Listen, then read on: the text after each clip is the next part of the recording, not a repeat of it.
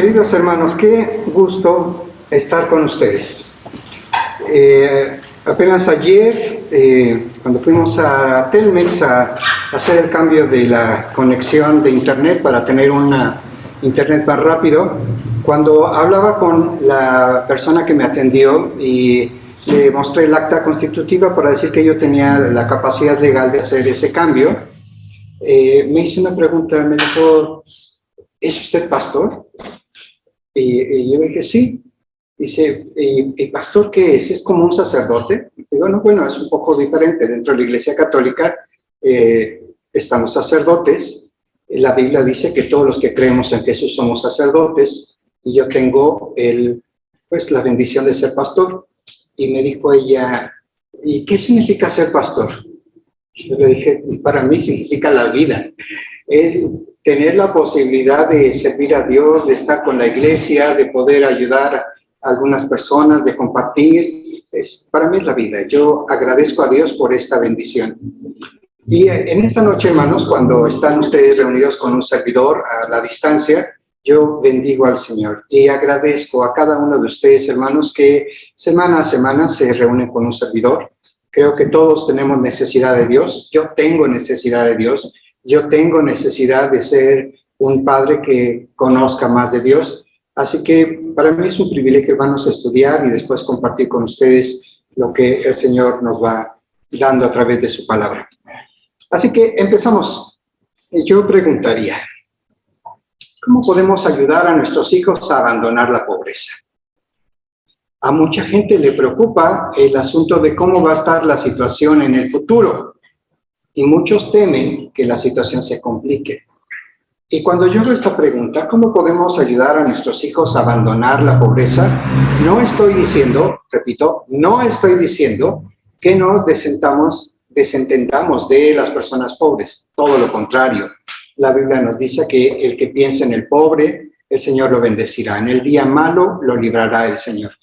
Pero cuando hablo de pobreza, hermano, no me refiero solamente a la pobreza económica que muchas personas experimentan por la falta de trabajo o la falta de pagos o que el dinero simplemente no les alcance. No, me refiero a otras pobrezas que se dan en la vida.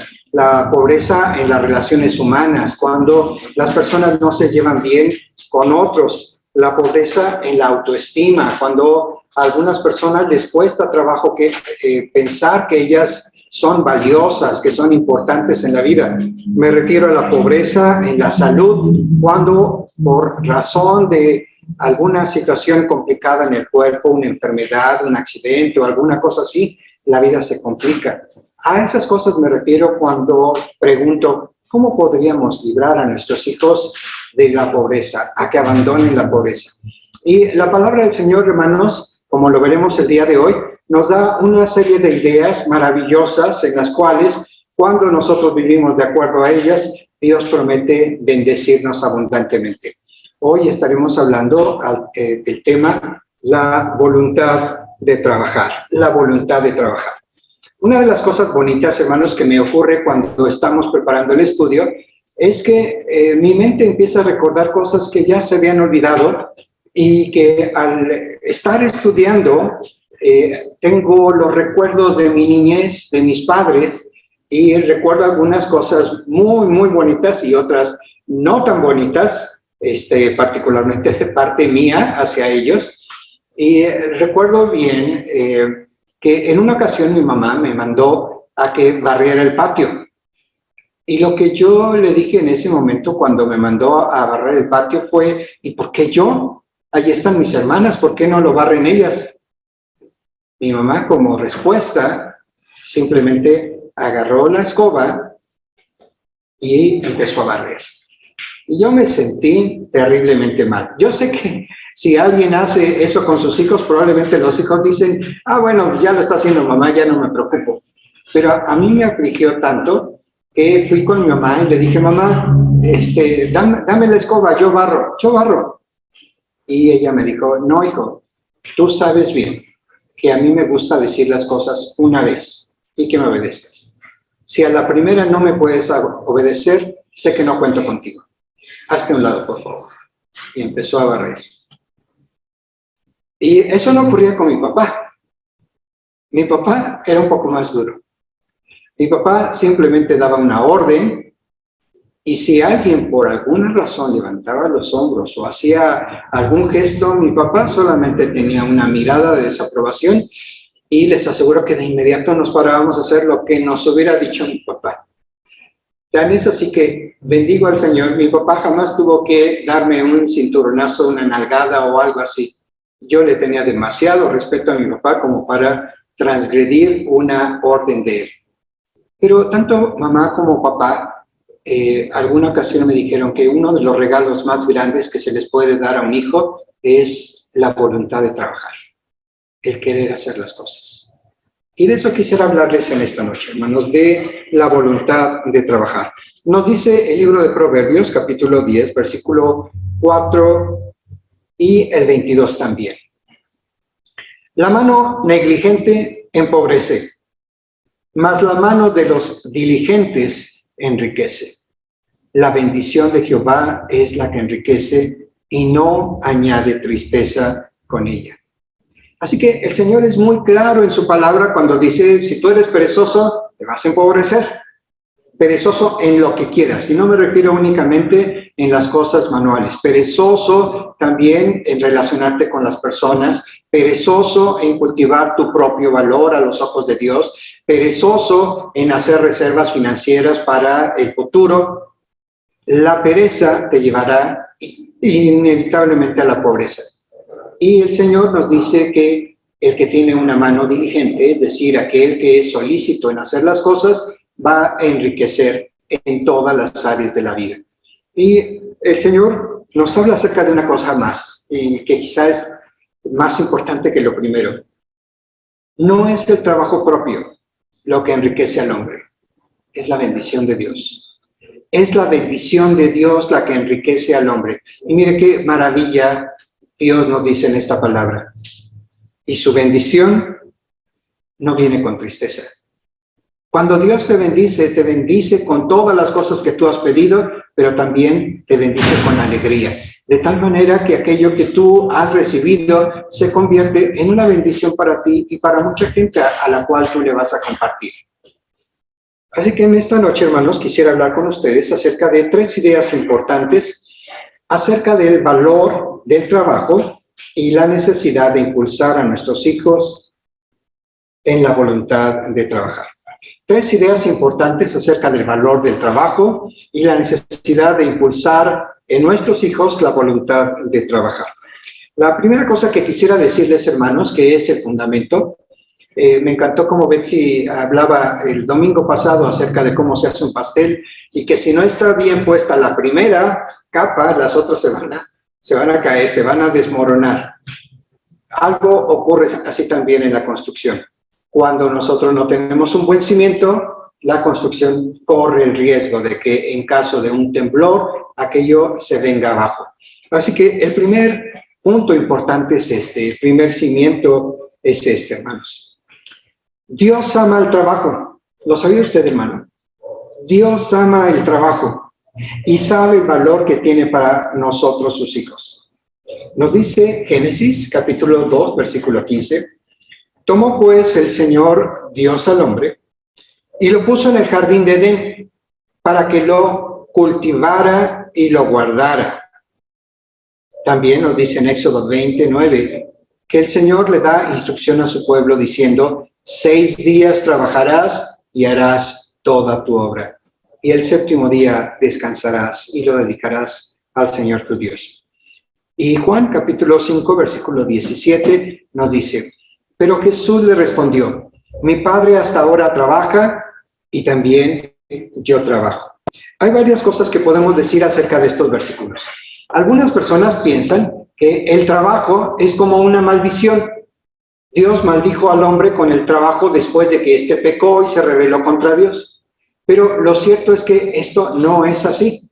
Antes de que el hombre pecara contra Dios, antes de que hiciera alguna cosa violando los preceptos de Dios, Dios habló con Adán y le dijo: este huerto donde yo te estoy poniendo aquí para que trabajes, para que labres la tierra, para que lo cultives, para que recibas bendición mientras lo estás cuidando. Así que antes de que el hombre cayera, Dios había establecido el trabajo como una bendición para la vida de Adán y de Eva. Y después de la caída, cuando Dios vuelve a hablar ahora a toda la nación de Israel, y lo hace a través de su siervo Moisés, Él les dice, 6 días van a trabajar, y el 7º día van a descansar. Cuando las personas siguen este mandamiento de trabajar los 6 días y tomarse un descanso justo de un día, el cuerpo se va revitalizando. Cuando las personas trabajan de lunes a lunes y así de manera consecutiva, sin tener el descanso adecuado, su cuerpo se va desgastando. Así como decimos en broma, cuando alguien se ve mucho más viejo de lo que realmente es, le decimos, te corrieron sin aceite, amigo. Algo así pasa cuando nosotros no descansamos. Simplemente nuestro cuerpo se va desgastando más rápidamente. Pero Dios le dio la orden de trabajar. Y cuando nosotros seguimos en el estudio de la palabra, ustedes pueden encontrar miles, literalmente miles de pasajes donde habla acerca del trabajo y de la obra de Dios haciendo algo en la tierra y la obra de los hombres tratando de agradar a Dios, haciendo cosas importantes aquí en la tierra. Pero el versículo que a mí siempre me ha gustado mucho, hermanos, es ese versículo en donde en el libro de Juan, en el capítulo 5, versículo 17, el Señor dice estas palabras. Pero Jesús le respondió, mi Padre hasta ahora trabaja y también yo trabajo. Mi Padre hasta ahora trabaja y yo también trabajo. No sé si les he comentado en alguna ocasión que yo tengo un amigo, arquitecto, a quien Dios ha bendecido mucho. Y recuerdo que una ocasión cuando nos invitó a su casa, una casa hermosa, muy, muy bonita, pues en esta zona donde vive la gente rica. Entramos a su casa y dentro de su casa había una estancia y entre la estancia y el jardín había una alberca en donde la alberca se metía dentro de la estancia. Es una casa preciosa. Pero lo que más me llamó en ese momento fue que entre el comedor y la sala había una gran pecera. Dentro de la pecera había muchos peces de colores hermosos, pero dentro había un tiburón chiquito. A mí me llamó la atención justo porque hubiera un tiburón dentro de una pecera. Y yo le dije, yo tenía la idea de que los tiburones crecen mucho. Y me dijo él, sí, si están en el mar abierto, si están encerrados, conservan un tamaño pequeño. Ay, esto está bueno como para una ilustración. La gente que está dentro de una caja aquí en su mente no crece. Tiene que expandir lo que Dios le ha dado aquí en su espíritu y en su mente, salir de la caja para que pueda crecer. Pero al punto al que voy yo en esta noche es lo siguiente. Yo le pregunté a mi amigo, oye amigo, ¿y de qué se alimentan los tiburones? Y bajó la cabeza un poco agachado. Así un poco apenado, perdón. Agachado y un poco apenado. Y me dijo, ay hermano, de camarones. Y yo dije, wow, de camarones. Ya no le quise preguntar cuántos camarones se comía cada día, para no apenarlo. Pero yo entendí que tener esa pecera con ese tiburón era un costo alto y él podía dárselo.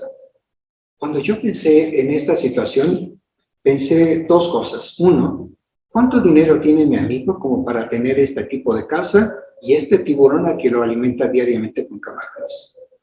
Y la segunda cosa que vino de inmediato en mi cabeza fue, ¿cuánta es la bendición de Dios que puede alimentar a todos los tiburones que están en alta mar, a todos los peces, a todos los leones, a todos los tigres y a todos los seres humanos que están en el planeta? Nuestro Dios es tan maravilloso que de Él, fruto de su trabajo, porque Él es el sustentador del universo, fruto del trabajo que hace todos los días nuestro Señor, es que nosotros vivimos. Por eso el Señor Jesucristo dijo estas palabras, mi Padre hasta el día de hoy trabaja y yo trabajo. Y cuando pienso en esto, hermanos, pienso justo en lo que les decía en esta primera idea. Nuestro Dios ama el trabajo. Nuestro Dios ama trabajar y ama también el que sus hijos tengan la voluntad de trabajar y lo hagan de una manera presta, pronto, rápida, diligente. Así que nosotros encontramos que ahí está la voluntad de Dios. Ahora, pensamos en el contraste. Pensamos en lo que ocurre en la mente del ser humano. El contraste es que mientras Dios ama el trabajo y se agrada cuando sus hijos lo valoran y se esfuerzan y están haciendo, encontramos en contraste otro pasaje de Proverbios capítulo 6, versículo 9 al 11, donde nos dice, perezoso, ¿hasta cuándo has de dormir? ¿Cuándo te levantarás de tu sueño? Un poco de sueño, un poco de dormitar, cruzar por un poco las manos para el reposo. Y dice el Señor, así vendrá tu necesidad como caminante y tu pobreza como hombre armado. Así que mientras Dios ama el trabajo, encontramos a muchas personas que les encanta más bien descansar, cruzar los brazos, sentarse en el sillón, ponerse a ver la televisión horas y horas y horas. Y no estoy hablando en contra del descanso. Dios establece que nosotros tenemos que descansar. Lo que Dios dice es que cuando las personas descansan en el momento en el que tienen que estar trabajando, nos dice la Escritura, sus fuerzas vendrán a menos. Una persona que descansa cuando debe trabajar se vuelve una persona débil. Ahora, nosotros tenemos algunas falsas creencias, hermanos, y seguramente que ustedes como un servidor lo habrá escuchado alguna vez. Gracias, Kate. Algunas falsas creencias. Yo he escuchado a alguna persona, alguna mujer decir estas palabras. Está muy chiquito para ponerlo a trabajar en la casa. Que disfrute su niñez, que no haga nada. Ya llegará el tiempo cuando se case y entonces tendrá que trabajar. Y yo, si me lo han permitido, he dado un consejo, y si no me piden consejo, prefiero no darlos. Pero lo que sí he podido observar es que este tipo de creencia, de déjalo ahorita que disfrute su niñez, tiene un perjuicio impresionante a largo plazo. Porque los niños, como los árboles, pueden crecer derechitos o pueden crecer todos torcidos. Y cuando llega el momento justo en el que tienen que asumir responsabilidades y, como dice el mundo, sentar cabeza, simplemente no pueden. Así que esa es una falsa creencia. También está esta otra, ¿no? Ay, estoy tan cansado que solo quiero estar tumbado en el sillón viendo tele. No quiero hacer otra cosa más que tumbarme allí y ver tele. Lo cierto, hermanos, es que Dios nos ha dado la capacidad de que este cuerpo se vaya regenerando. Hay una cosa muy interesante que seguramente usted ha visto cuando se habla acerca de los viajes de los astronautas. Cuando un astronauta ha estado por un periodo largo de tiempo en el espacio, como en el espacio no hay la gravedad que nos ata a la Tierra, que nos hace caer, allá no la hay, los astronautas simplemente están flotando todo el tiempo en la nave. Cuando los bajan a la Tierra, los tienen que sacar cargando, porque su cuerpo se ha debilitado tanto por la falta de la fuerza de gravedad que tenemos aquí en la Tierra, que simplemente no pueden con el peso de su cuerpo. Y eso les pasa a las personas cuando, en lugar de ejercitarse y hacer algo, se tumban en el sillón, dejan de hacer las cosas y su cuerpo poco a poco va adquiriendo más debilidad. Se van haciendo pobres en salud. Pero también para apoyar esto que estamos hablando, hermanos, dentro de nuestra cultura tenemos algunos proverbios populares. Por ejemplo, este quizá no lo hayan escuchado, pero está dentro de la literatura americana. Una mente ociosa es el taller del diablo. Así que si no estás haciendo nada, probablemente el diablo va a trabajar allí fuertemente. Una mente ociosa es el taller del diablo. Que me decía mi mamá, hijo, la ociosidad es la madre de todos los males. Acostúmbrate a trabajar. porque la ociosidad es la madre de todos los males. Y este otro, que lo dijo el director de una universidad, el empleado más caro es el que siempre está de flojo. No me preocupa pagar un sueldo alto cuando las personas están produciendo y son excelentes en las cosas que están haciendo. Me preocupa cuando tengo empleados y el empleado es flojo y hay que arrearlo y hay que decirle lo que tiene que hacer, porque ese es el empleado más caro que podemos tener. Así que están estos proverbios populares, hermanos, que nos hablan acerca de la importancia de trabajar. Ahora, hermano, piensa en esto. La cercanía de la muerte se caracteriza por la disminución de la actividad. Cuando las personas van envejeciendo, sus movimientos se hacen más lentos, más lentos, más lentos, hasta que llega un punto en el que ya no tienen fuerza y su movilidad es muy limitada, muy reducida. La muerte es el cese de toda actividad humana. Cuando llega un punto en el que nuestro cuerpo se hace tan lento en todas sus funciones que no puede ya soportarlo, viene la muerte. Esto nosotros seguramente que lo hemos visto en algunas personas que llegamos a conocer o de las que nos platicaron, cuando alguna persona ha tenido un ritmo de vida activo a lo largo de toda su vida y luego lo jubilan y no tiene otra cosa que hacer más que sentarse en un sillón, esa persona estadísticamente antes de los 3 años ya se murió. Las personas necesitan una actividad en la cual su mente esté ocupada y también su cuerpo. De otra manera, cuando no hay una actividad constante, aquel cuerpo se va debilitando hasta que simplemente sobreviene la muerte. Pero también, hermanos, hay algo que nosotros deberíamos decir acerca de la ociosidad. El estar ocioso, hermanos, te somete a pensamientos destructivos e incluso impulsos peligrosos. La Biblia nos habla acerca de que en una ocasión el rey David, en el tiempo en el que todos salieron a la guerra, en el que todos salieron a pelear, a trabajar en lo que era su trabajo de ser soldados, guerreros, él se quedó en su palacio. Y en medio de la ociosidad, él estaba en lo alto de la terraza, cuando dice la Escritura que vio a una mujer, porque él estaba en lo alto del palacio y vio a una mujer que estaba dentro de su casa, tal vez. Yo no sé qué estaría haciendo aquella mujer, pero el asunto es que en medio de esta ociosidad que él tenía, codició a aquella mujer. Y como era rey y podía hacer lo que él quisiera, la mandó llamar, tuvo relaciones con ella. Esta mujer quedó embarazada y luego le mandó un mensaje al rey diciendo: rey, estoy embarazada. Y el rey, sabiendo que había cometido una ofensa muy grave delante de Dios, David mandó llamar al esposo de esta mujer, que era uno de los soldados. Lo mandó llamar, le preguntó que cómo estaba, que le diera informes de la guerra, y le dijo: qué bueno que estás aquí, te felicito por tu trabajo, cuando regreses, hazle saber a la gente que estamos apoyándolos desde aquí, vete a tu casa y duerme con tu esposa.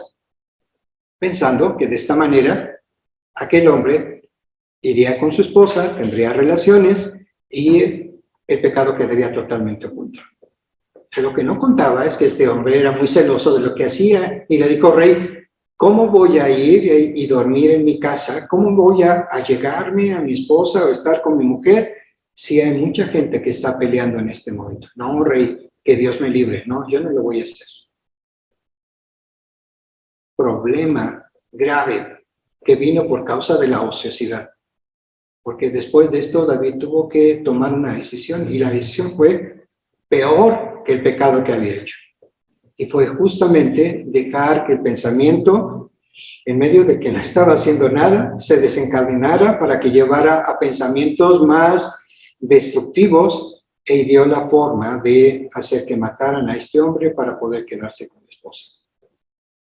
Así que la ociosidad, hermanos, es peligrosa de muchas maneras. Y cuando nosotros estamos hablando en esta hora acerca de enseñar a nuestros hijos la voluntad de trabajar, en realidad lo que estamos haciendo es protegerlos para malas decisiones que pueden venir en el futuro por causa de su ociosidad. Así que nosotros podemos ver esto como una primera idea, hermanos. Pero hay una segunda idea, y esta es la siguiente, hermanos. No subestimes el potencial del trabajo inteligente.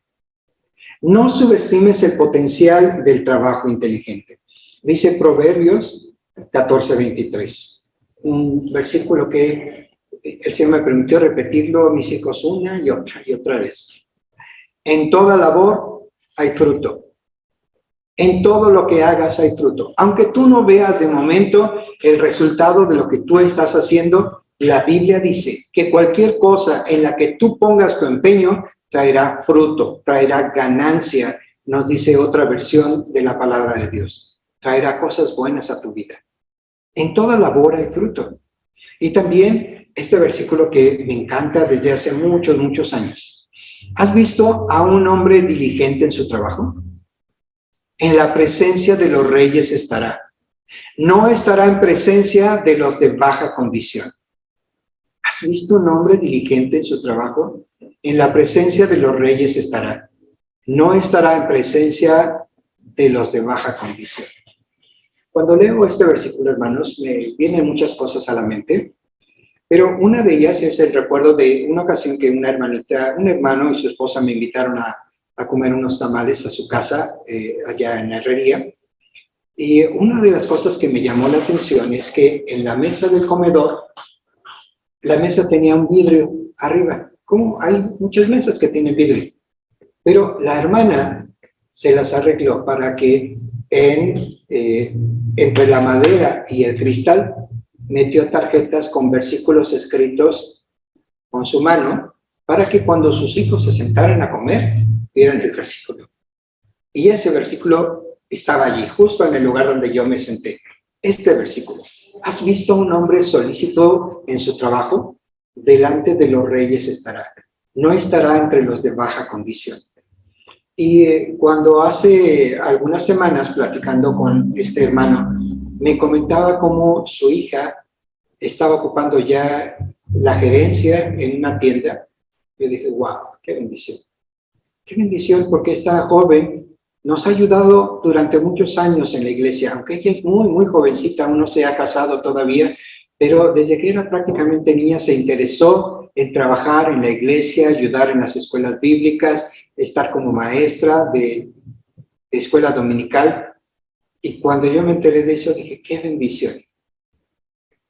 Esta palabra que Dios escribió para nosotros se cumple. Nosotros, hermanos, no sabemos el alcance de las obras que Dios planeó para nosotros, pero lo cierto es que, lo hemos predicado en otras ocasiones, Dios planeó desde antes de crearnos, desde antes de la fundación del mundo, cómo iba a funcionar el mundo. E incluso planeó las diferentes obras que nosotros haríamos, los trabajos que nosotros haríamos para que su nombre fuera exaltado entre las naciones. Así que el hablar de estas cosas a mí me llena de emoción porque efectivamente, hermanos, no sabemos hasta dónde nos va a llevar en la obediencia a estos versículos preciosos. En toda labor hay fruto y un hombre diligente estará delante de las personas importantes. Me gusta mucho cómo escribe un hombre llamado Anthony Robbins. Y una de las cosas que me gustan o que me gustaron cuando leí alguno de sus libros es esto. Las personas sobreestiman lo que pueden hacer en un año. Lo repito. Las personas sobreestiman lo que pueden hacer un año, pero subestiman tremendamente lo que puede lograrse en una década o dos. Es decir, cuando nosotros hacemos planes allá en diciembre acerca de lo que vamos a hacer en el día primero del año y luego a lo largo de todo el año, nos llenamos de una expectativa muy grande de lo que vamos a hacer en un año. Generalmente, lo que pensamos no lo podemos lograr. Pero cuando tenemos planes a largo plazo, nos damos cuenta de que aquello que planeamos para 5 o 10 años se queda corto con relación al avance que se ha podido tener siendo constante, disciplinado en el trabajo y yendo sobre objetivos específicos. Me gustó esta frase que leí en un libro de el hermano Edmund Haggai, quien es el director del Instituto Haggai en Singapur y también en Tailandia, donde nos becaron para ir a estudiar. Él escribió, citando a otro pastor, estas palabras: en lugar de chozas, deberías estar construyendo edificios. En lugar de tortas de plastilina, deberías enseñar a preparar platillos deliciosos. En lugar de gatear, deberías correr. Cuando nosotros, hermanos, ponemos la mirada un poquito más extendida en el futuro, nos damos cuenta de que hay algunas cosas con las que nos conformamos, pero que cuando los aplicamos, de acuerdo a lo que este hermano decía, en lugar de que estés construyendo chozas, podrías estar construyendo edificios. En lugar de que le enseñes a los niños a hacer tortas con plastilina, podías enseñarles a hacer platillos deliciosos. Yo pienso en estos concursos que luego se dan por televisión de MasterChef Junior, en donde se presentan niños de 8 o 10 años y preparan comidas riquísimas. ¿Por qué es esto? Porque hubo la voluntad de enseñar a los niños a desarrollar capacidades. No conformarse solamente con que estén distraídos con algo, sino enseñarlos desde temprano a desarrollar capacidades. Hace 8 días les decía a ustedes que a mí me sorprendió cuando, en medio de un auditorio compuesto de científicos, empresarios, gente de alto nivel, quien se para al frente en el podio es esta niña Molly Wright, y empieza a dar una conferencia acerca del funcionamiento de la mente. Y yo les decía a ustedes, y yo sigo sorprendido cómo una niña de 7 años puede expresarse tan correctamente ante un auditorio de personas tan notables. Esto es porque ha habido un trabajo de planeación, un trabajo constante. Hace algunos años, exactamente en el 2005, fui a una ciudad, la ciudad de Hermosillo, y al estar allí estuve en un congreso que tenía que ver con temas de la educación de los niños. Cuando pasó, no recuerdo su nombre, solo recuerdo que ocupaba la posición más alta dentro del sistema educativo de Canadá. Y pasó esta mujer y nos habló acerca de lo que estaban haciendo en Canadá. Estaban impulsando justamente el uso de las tecnologías, les estaban dando a los niños computadoras para que pudieran desarrollar inteligencia. Y esta mujer, a cargo de la educación en Canadá, nos decía: nosotros estamos sorprendidos cómo al darles a los niños algunas herramientas básicas, están ayudando a resolver problemas que los adultos no habían podido resolver dentro de nuestra sociedad canadiense. Cuando nosotros, hermanos, les damos un trabajo a los niños y empezamos a enfocarlos para que en lugar de cosas pequeñas empiecen a construir cosas más grandes, ustedes se van a sorprender de lo que Dios hace a través de ellos. Se van a quedar maravillados de lo que Dios puede hacer. Hay algo que quisiera decirles también, hermanos. Nosotros tenemos que trabajar con más inteligencia. Trabaja con más inteligencia.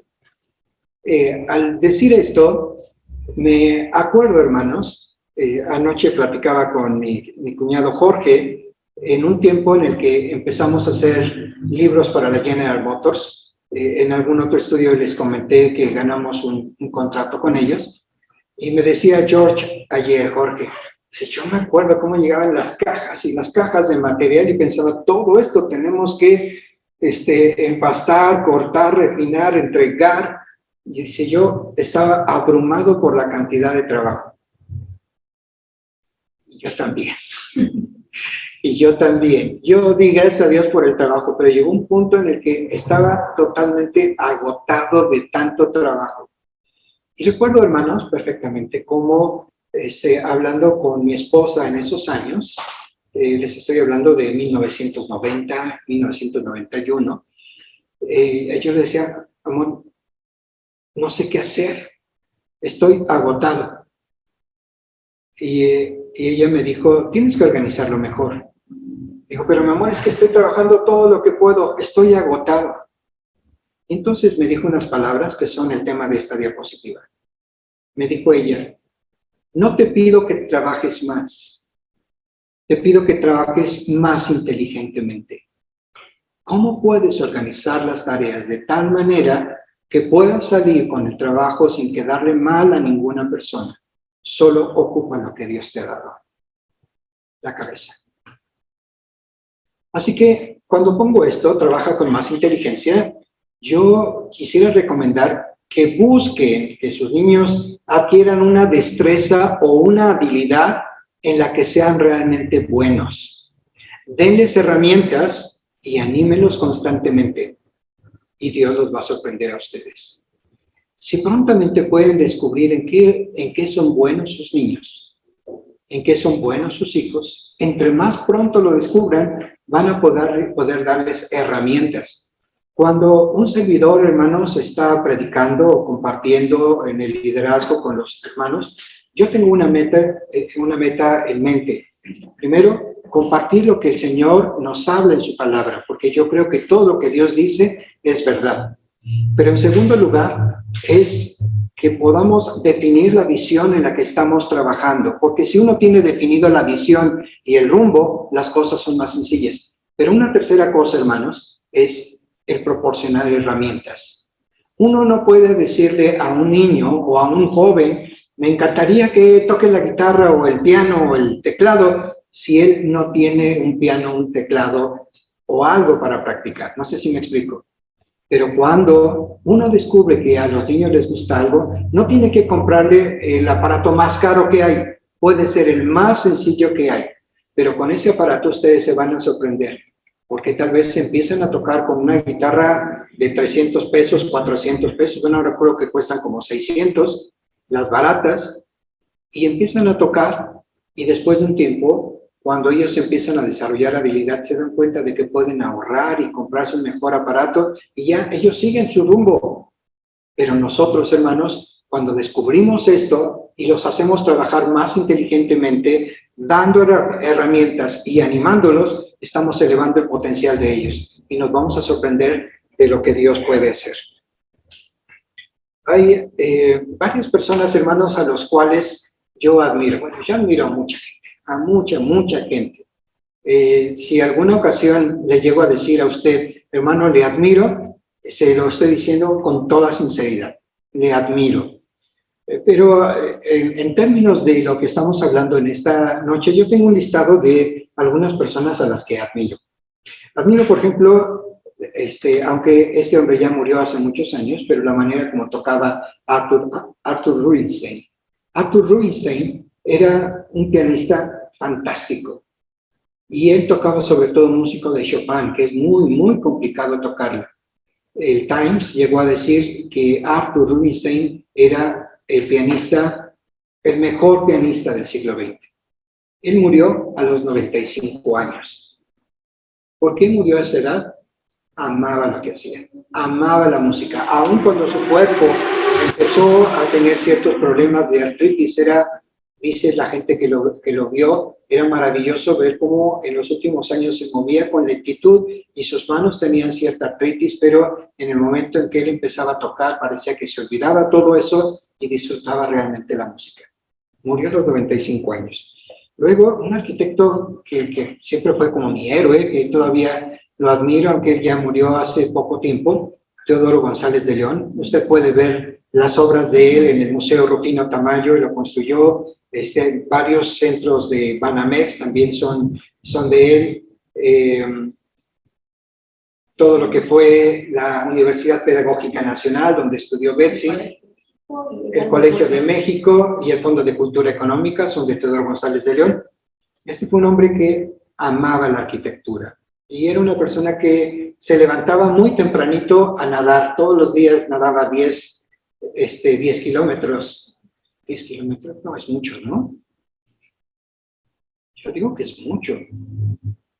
Realmente haya sido 1 kilómetro, pero sí sé que tenía una alberca en su casa y era de una y venir otra, una y otra vez, todos los días haciendo ejercicio. Y después de eso, empezar a planear y hacer proyectos. Muchos de sus proyectos ganaron premios internacionales. Él murió a los 90 años, con una enorme capacidad. Yo todavía lo vi cuando tenía 89 y estaba hablando de un proyecto que iban a hacer, no recuerdo ahorita, pero es una torre imponente que está por el sur en forma de pirámide, es de él, y estaba hablando acerca de ese proyecto. Impresionante. A los 90 años. Apenas el día de hoy, otro hombre a quien yo admiré mucho, el pastor David John Michaud, de quien les he hablado en alguna ocasión, me acabo de enterar apenas hace una hora que él falleció el año pasado, en septiembre del 2021, a los 87 años. Pero era un hombre que escribió 400 libros y amaba lo que hacía como pastor. Puedo pensar en 2 hombres que para mí son como héroes, que toda la humanidad debería reconocerles de alguna manera, porque fueron hombres que se enfrentaron a Hitler, Winston Churchill y Franklin Delano Roosevelt. Y estos 2 hombres, cuando vieron toda la maldad que había en este Hitler y cómo estaba decidido a acabar el mundo, hicieron la guerra juntos para que pudieran derrotar al ejército alemán y acabar con este hombre que estaba intentando establecer un mundo en el que solamente la gente blanca iba a tener lugar. Todos los demás prietitos y demás seríamos eliminados. Y cuando pienso en Winston Churchill, en todo su trabajo, en Franklin Delano Roosevelt, pienso en hombres que en verdad amaron lo que hacían y amaban a la gente. Uno murió a los 91 años y el otro, mucho más joven tal vez, a los 67, pero Franklin Delano Roosevelt fue un hombre que enfrentó la crisis económica del 29 en Estados Unidos, la peor crisis.